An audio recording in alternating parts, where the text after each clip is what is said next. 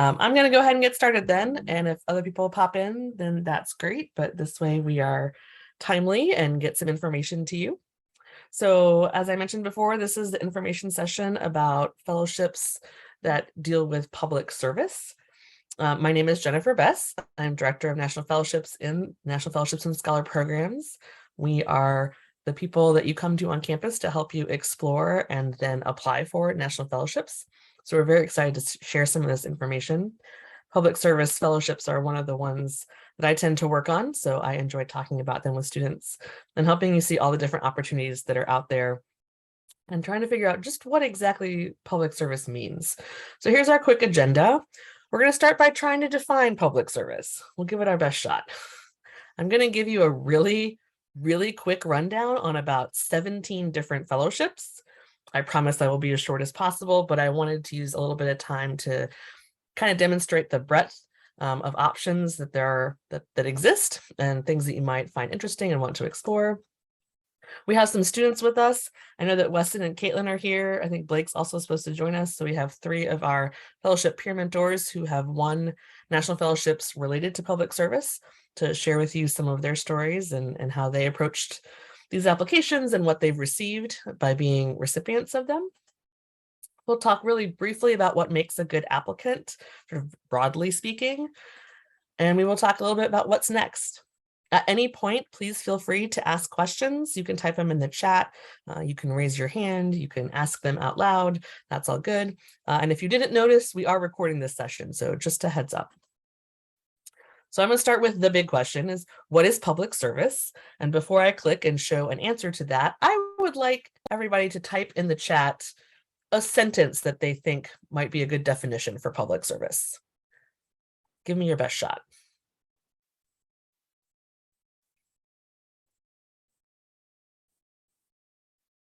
It's one of those phrases that seems straightforward and then you try to define it and we get caught up a little bit. So what is public service? Don't be shy.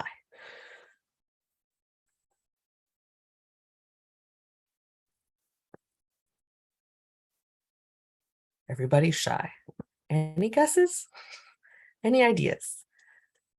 Throw me some words or phrases in there. Working to achieve positive outcomes for the greater community. Working toward the goal of improving a particular community. Excellent. So we have work towards particular or greater community. Yeah. Anybody else?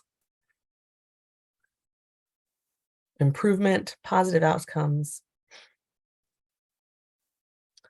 One of the reasons that I asked this question is I think sometimes we hear public service, we might also hear community service, and those things are similar and have overlap, but are not necessarily identical. And so one of the things about considering public service is to think about what the scale of that means, if that makes sense. All right, I'll cut you all a little slack. Here is a dictionary definition, or 2 dictionary definitions, actually. So public service, any service intended to address specific needs pertaining to the aggregate members of a community, or something that is done or provided for the public because it is needed and not in order to make a profit. Those things resonate. Does that help give any clarity?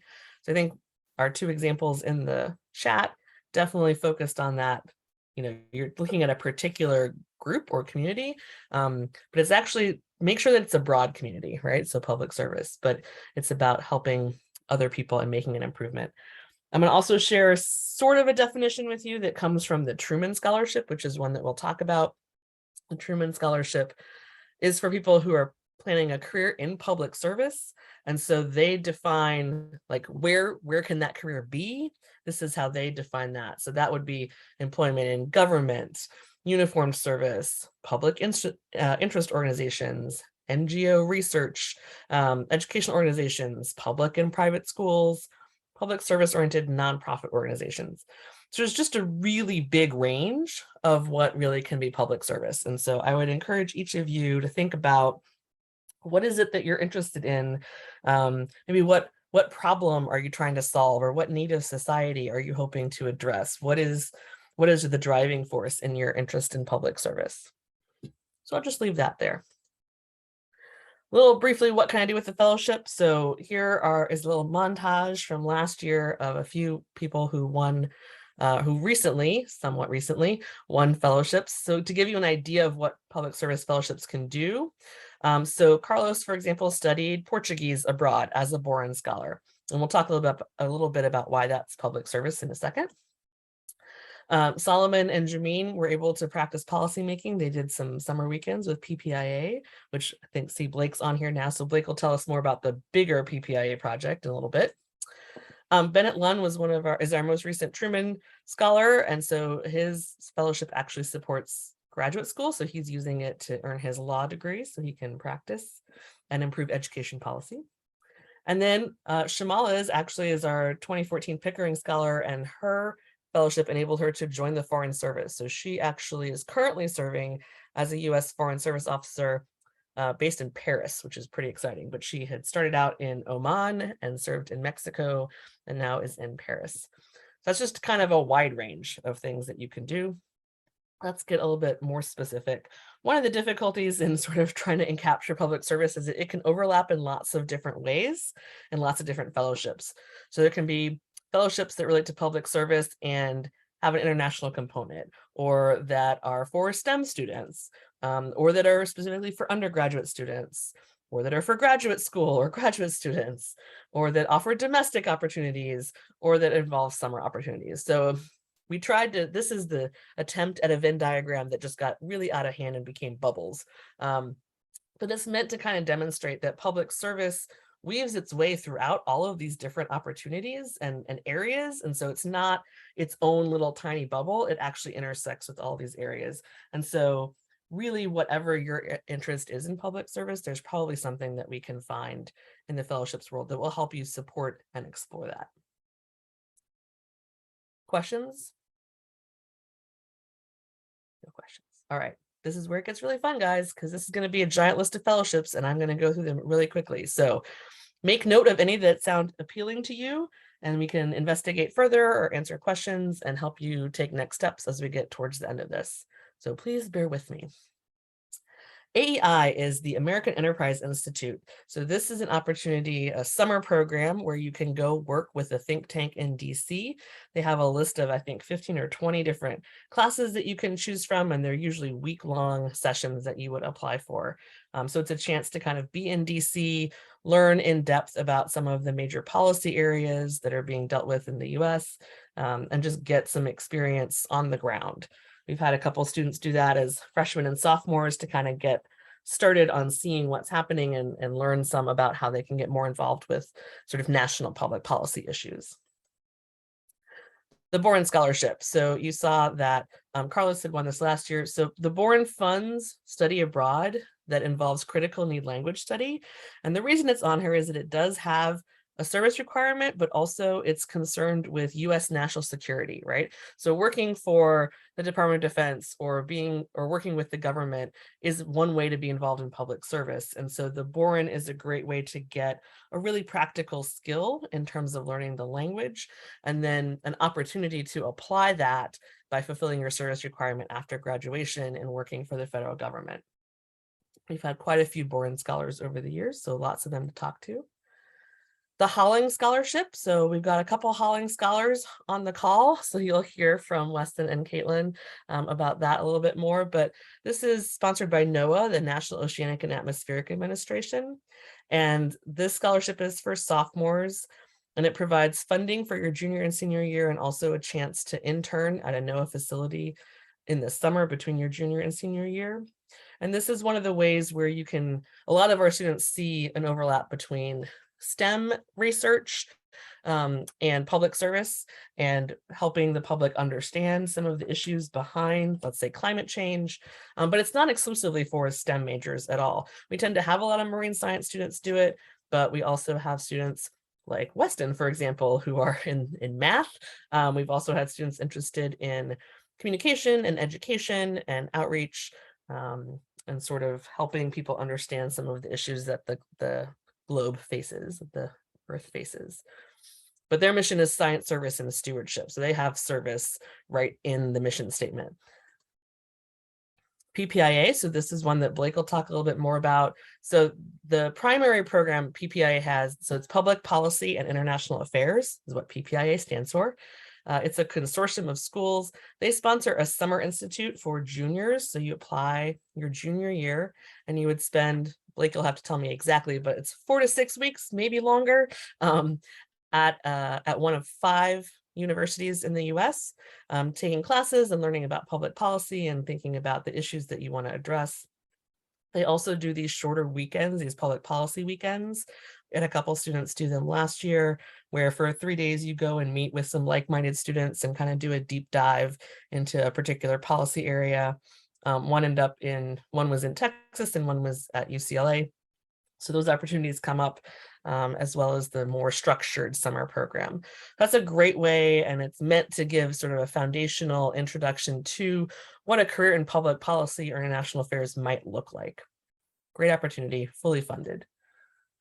The Pickering, Rangel, Payne, and the IT Foreign Affairs. So this is kind of a mouthful. These are 4 distinct fellowships, but they are very, very similar in what they provide and in what they ask for in the application. So this is if you have any interest at all in exploring a career in the Foreign Service. Foreign Service officers serve around the world as representatives of the US. There's a lot of different types of jobs you can have within the Foreign Service. The Pickering and the Rangel are your more traditional pathways and types of jobs in the Foreign Service.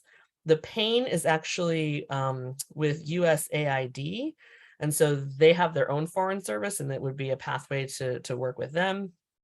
And then the IT Foreign Affairs is if you're in IT, you actually can work in the Foreign Service as an IT officer, which is really fantastic. There's a lot of range of things you can do here.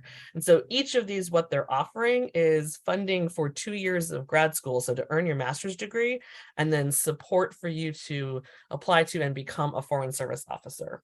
You do then have to serve as a Foreign Service officer. I think it's usually for at least a minimum of 5 years, but if that's the career path you're interested in, these are really great opportunities. Another set mouthful, the Rhodes, the Marshall, the Mitchell, and the Gates Cambridge. So I put these on here. These are not explicitly public service fellowships, but they are some of the most prestigious fellowships out there who really value students who embrace public service and plan a career in public service. So I just wanted to make sure that you all know that these exist. Each of these would fund graduate school in either the UK or Ireland. The Rhodes funds graduate school at Oxford. The Marshall funds grad school at any school in the UK, basically. The Mitchell funds a 1-year master's degree in Ireland, and the Gates Cambridge funds a graduate degree at Cambridge. So they are always asking students about their leadership experience, their public service experience, what matters to them and why. And so it kind of, anyone who's interested in and committed to public service, these schools offer some really awesome academic opportunities that will provide support for you to become great practitioners and be of good public service.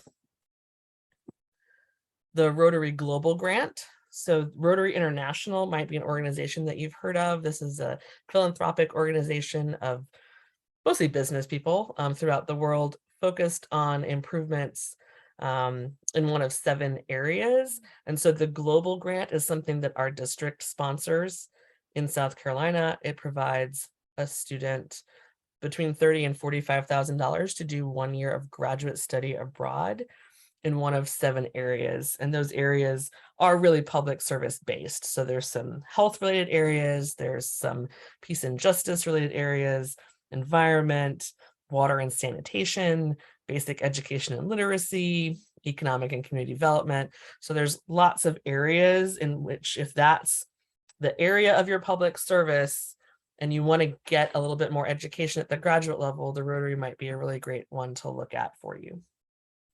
We have really wonderful supportive Rotarians in Columbia that we're happy to connect you with. I tossed Sealy on here. So Sealy is the Southern Educational Leadership Initiative summer program. They sponsor interns throughout the South to work with various education organizations in improving access to education in the South. So we had someone do this a couple years ago. It was a really great experience and kind of launched her into this world of education policy and focusing on that as a public service. So just that's a summer opportunity that exists, and they provide funding for that throughout the summer, and a lot of support. And the connections that you make with the organization that you work with can extend beyond just the summer, I would say. Two really STEM specific ones, looking at STEM research as a public service, are awards sponsored through the Department of Defense. So the SMART, which is Science, Math, and Research for Transformation, and the NDSCG, which is the National Defense Science something grant. I can't remember what the E is. These are two options that will fund. The SMART would fund undergrad or grad, and the NDSCG would fund graduate school in a STEM field in areas of research that are of interest to the Department of Defense. So this is where if you're looking at public service as a way of providing support and information to our country and our national defense, these can be some really great options. They're interested in why, in particular, you want to work for the DoD. But in general, if you have a strong research background and an interest in having your work utilized in that way, these can be really good fits. They provide a lot of funding. I've mentioned before, but let me say a little bit more about Truman. Truman is kind of the classic. When I think of a public service focused fellowship, Truman is what comes to mind because that's literally their stated purpose. It is to provide support for students who plan a career in public service. So Truman Scholarship was named after Harry Truman. It is for juniors. You apply as a junior, but you actually receive funding for graduate school. It's $30,000 for graduate school. And they really want to know a lot about what you care about, what the issue is that you want to fix, what the problem is that you see in the world, and how you are going to be a change agent and make that better. So it's a fantastic opportunity. It's a really rigorous and thorough application, but it's really beneficial for students in helping map out their trajectory and to think about what public service means to them. And fingers crossed, we have a winner this year. So we just submitted our nominees, and now we're waiting to see who finalists are. But it's also a really great network of Truman Scholars that you can tap into once you become one. And they provide a lot of support and development for students in terms of learning how to support each other and provide better ideas and results around different areas and problems in public service. Last one, I promise, is the Udall Scholarship. So the Udall Scholarship has two different directions. So one is a focus on the environment and an interest in students in providing public service to improve things like climate change and conservation and just public understanding of the issues surrounding the environment. And there's an additional pathway for Native Americans who are interested in tribal policy or healthcare. So either of those pathways works for Udall, and it's a great way. It provides, let me backtrack, you can apply as a sophomore or a junior. It provides $8,000 if you are selected as a scholar, as well as, like the Truman, access to a network of alumni, and actually access to a really robust listserv that posts job opportunities all the time. I've heard from many Udall scholars and honorable mentions that everything that they give you is great. The money is great. Leadership Week is great, but that listserv is kind of worth its weight in gold. So Udall is a good one to look at. I'm going to pause and breathe and take a breath. Does anyone have a question about any of those?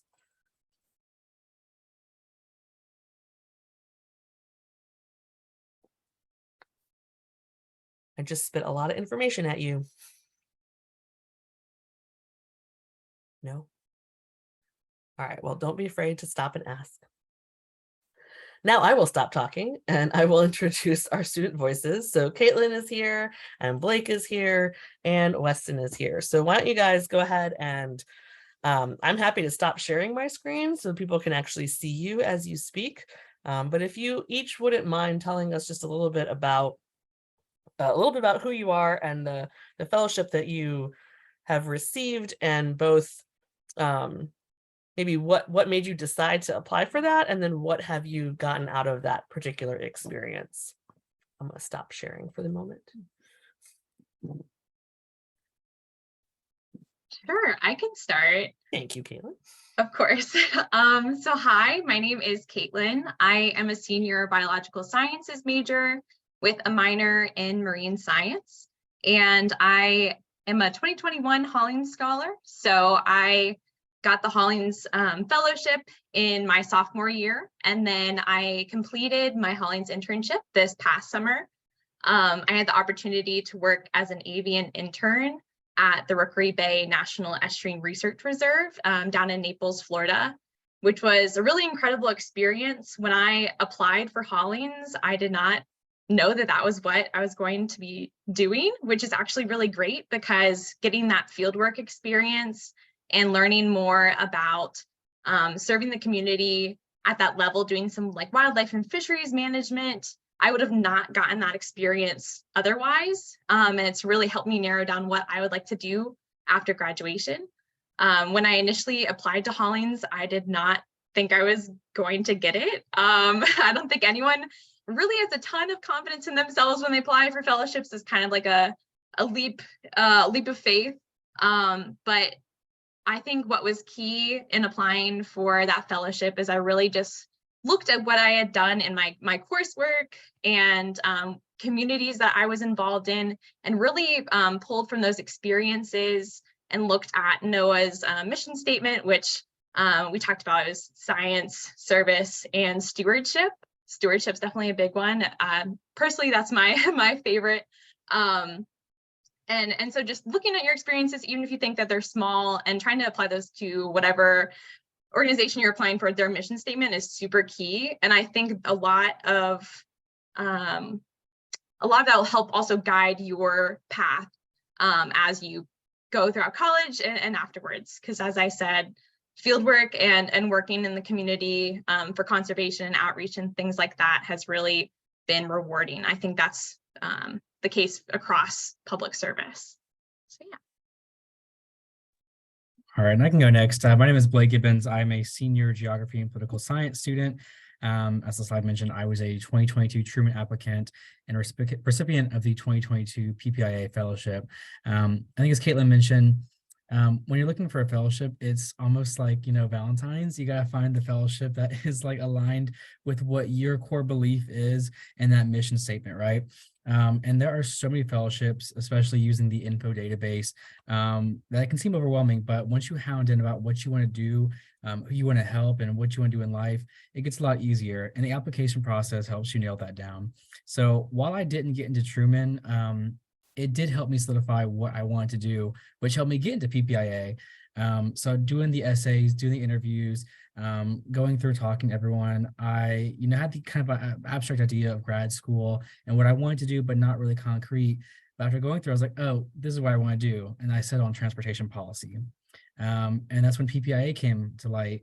And I was, awarded that fellowship, did 7 weeks in Ann Arbor, with a focus on transportation policy, doing courses and statistics, microeconomics, a little bit of healthcare policy, international diplomacy, and all of this culminated into a research project about Amtrak revitalization, looking at support for Amtrak with Democrats versus Republicans and how to move the organization forward.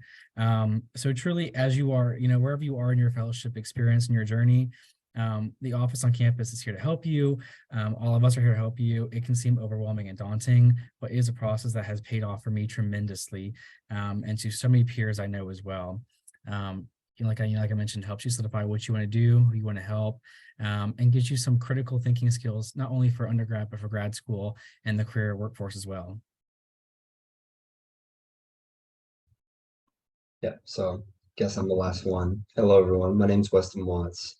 I'm a junior math and economics major, and I received, like Caitlin, the Noah Hollings Scholarship. Now, you might think, how exactly does math and economics play into Noah's mission? Whereas, most people look at the Hollings Scholarship and they think, oh, this is all for marine science.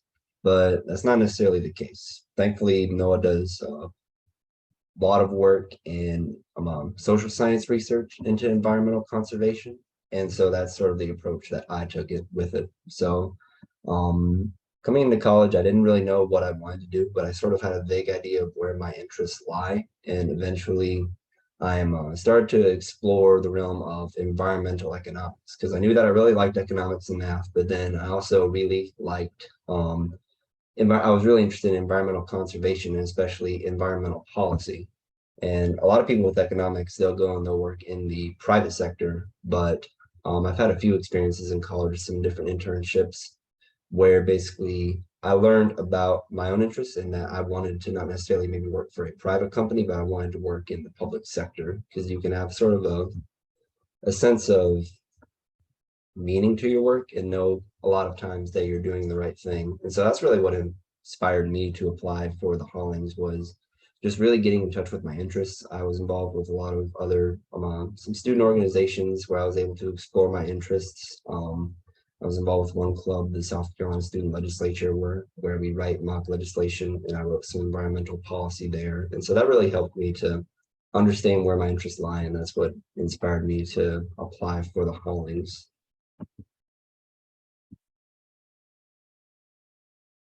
Awesome. Thank you each so much. I feel like that's really helpful in terms of wrapping around both like leading up to and then where it's taken you, and you all are right on in terms of what we hope the benefit of this is, which is giving you ideas and things to explore, and so that you can really follow your interests and figure out that, yeah, there are really cool ways to connect different passions that you may not have thought of before, and that fellowships can help support. So thank you so much. Does anyone have questions for Caitlin or Blake or Weston? By anyone, I might just mean Haley, because Haley, you are the person left, and so we can totally direct this session to you from now on. No pressure at all. And I'll throw out, there's no questions now, and their questions arise later. I can drop my contact information in the chat. Thank you. Yes. So all three of these young people are fellowship peer mentors for our office. And so they are more than happy to meet with anybody and have a one-on-one conversation. And we are happy to pay for coffee with that or anything else. And so we encourage you to take advantage of the chance to pick their brains a little bit more and be encouraged by their experience too. So, all right. Wow, there's someone in the waiting room. We'll let someone in and then we'll figure out what happens.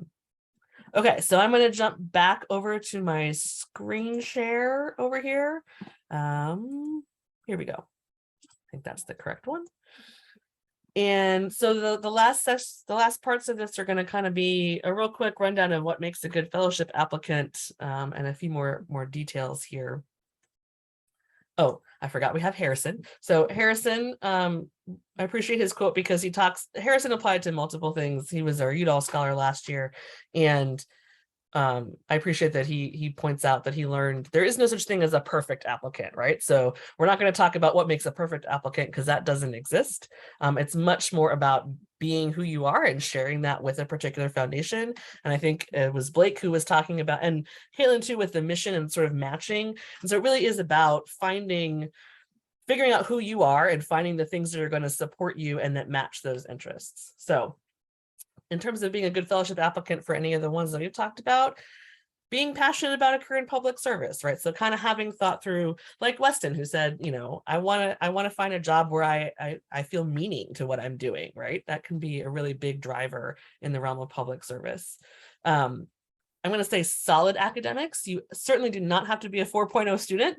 And this also really kind of varies depending on what the particular fellowship is. So ones that are geared towards grad school, you might need to have a little bit higher GPA than others.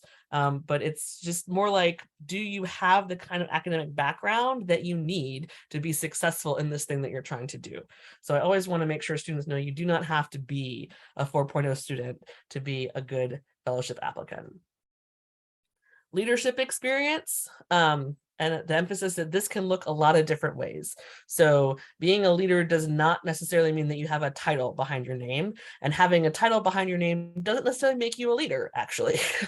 So it's much more thinking about how have you expressed leadership in some way in an activity or a role that you've had on campus or in the community. really think through for yourself what makes a good leader, how you would define leadership, and then how you can embody that in an application. But because you're trying to be a fellowship applicant for public service, you want to demonstrate that you have some skills that show that you can be effective in making change and moving towards improvement in the public sphere. So that's why they're asking or tend to ask questions about leadership. Resiliency and follow through in the face of obstacles, right? So we all have things that come up in our lives. And so figuring out what you've learned from that and how you can continue on. I kind of hate to tell you, but careers in public service are not among the highest paying in the world. And so usually you're going to have to convince yourself, and they can be really difficult because we face a lot of problems that need fixing. And so being able to know about yourself, how you can keep going and how you can and thinking through having some examples you can talk about in application is useful. And that unique perspective on the world's biggest problems, right? So what is it that you're bringing or thinking about to anything in particular? Again, it's part of our job and our role as fellowship advisors is to get to know you and have conversations that help us pull some of these things out of you. I don't expect everyone to know all of these things right now, right?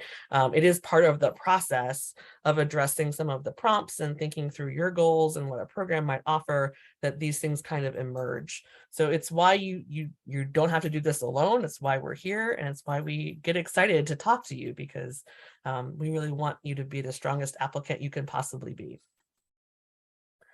In terms of how to craft a strong application, and they're all going to look a little different, right? Various fellowships have different things, but I really want to start with the fit, both in terms of who you are, right? What you're interested in and what you're passionate about, and where you're going. So what is the match between you and, let's say, the sponsoring organization that you're trying to get a fellowship from, right? You don't want to take money from someplace that you really disagree with their particular stance on life. But you want to be able to talk about and be honest about what's important to you. And then the fit is also where you're going. So what kind of opportunities are you seeking?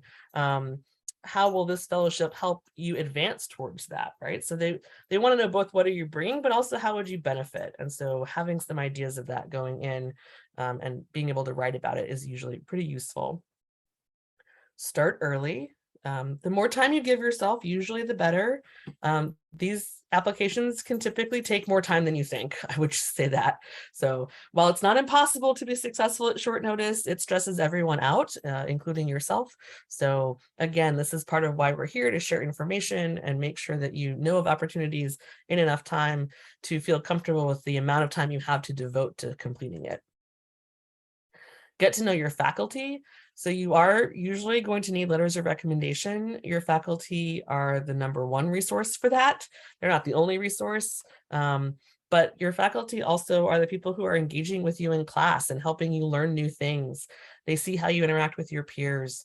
They know the fields. They have networks. So take the time to go to office hours and have conversations with your faculty. This does not mean that you have to be best friends with every professor you've ever had, but it does mean that you should think every semester about making sure you connect with 1 or 2 of them outside the class and maintain that relationship. Keep them updated after the semester in terms of what you're doing. Those relationships are really valuable in the long term for many different reasons, not just fellowships, but depth over breadth. So it's not usually the case that a fellowship is looking for someone who is involved in 8,000 activities. It's actually more impressive for someone who's involved with maybe 3 or 4 activities, but has shown a sustained dedication and interest and involvement in those particular ones. So maybe advancing from just being a member to maybe taking on some more leadership roles over the years. Again, this is not hard and fast, but it's just, you don't have to join every single thing. You want to be able to demonstrate that you have a real interest and commitment to a particular area based on someone looking at the experiences that you have. So I would say, so make sure you invest in a couple of different things, right? Go deep where you can. Demonstrate your interest. So this is pretty similar. Make sure that there is evidence. If you say you're passionate about public service, I'm going to need to see some evidence of that. Doesn't have to be crazy, but it needs to be clear to me that you're not just saying this, but that you actually are doing something about those things. So again, involved with activities, the kinds of classes that you're taking, the choices that you're making for your summer, all that can play into this. Be open to feedback. I'm not going to ask Caitlin or Blake or Weston how much feedback we may have given them. But again, our office is here to provide you constructive feedback to help you make your application as strong as possible. And so you need to be willing to hear that in the sense it's given, right? Like, we are not trying to tear you down and say everything is terrible, and we would never say that. But you also need to be willing to hear and thanks, Caitlin, willing to hear and understand what we might be suggesting. But ultimately, your work is your own. We're not trying to write anything for you. So, but thank you, Caitlin, for saying that we're not. Use your resources. So we are here. We have fellowship peer mentors. We have previous winning applications. We have alumni we can connect you with. So don't forget that we are here, but also beyond our office. You know, we have a writing center on campus. Again, you've got your faculty. There's just a lot of ways that people are willing to help you be successful in this, because we all benefit from helping you succeed. And the last one, grab coffee with the Fellowship Peer Mentor. So we've got 3 on the call that you certainly should start with, but we have about, I think we have 28 this year. So there's a lot of different people for a lot of different fellowships that you could talk with and ask them some questions. Here's your Happy National Fellowships team. So in terms of how to get started, attend this workshop. Great job. Step 1 is done. Learn more about any of the competitions that we talked about today, or you can search for public service fellowships on Info, which is our searchable database on our website. It stands for Investigate National Fellowship Opportunities. If you've not looked at that before, please do, because there's over 250 options on there. So hopefully you can find something that's of interest to you. If you do find something, then make an appointment with one of us to discuss your interests. If you're an undergrad, you can find us on Navigate under involvement and engagement. And if you're a graduate student, you can find Calendly. You'll find Matt on Calendly. You can share that link with you. Once you make an appointment, we want you to either create or update your candidate profile. This is just a way to sort of register with our office. And you would get a link to how to do that if you make that appointment. And then if there's something that you are going to apply for now, like if we have a conversation and you're like, great, I want to apply for PPIA in the fall, then I would say, can you fill out a little intent to apply form, which is just a way that we can track you and make sure that we are supporting you in the whole process. So that's just how to get started. The most important piece of that is A, exploring options, but B, really coming and talking to us, because the more that we get to know you, the more we can tailor the advice that we're given, that we're giving you, and can support you in your own unique situation for any of these fellowships. I believe that is it. So what questions does anyone have that I could answer or try to answer?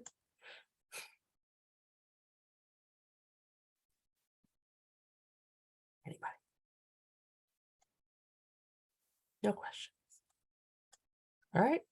Stop me if there are. Put them in the chat if there are. We'd like to answer questions. No problem. I'm just going to say thank you.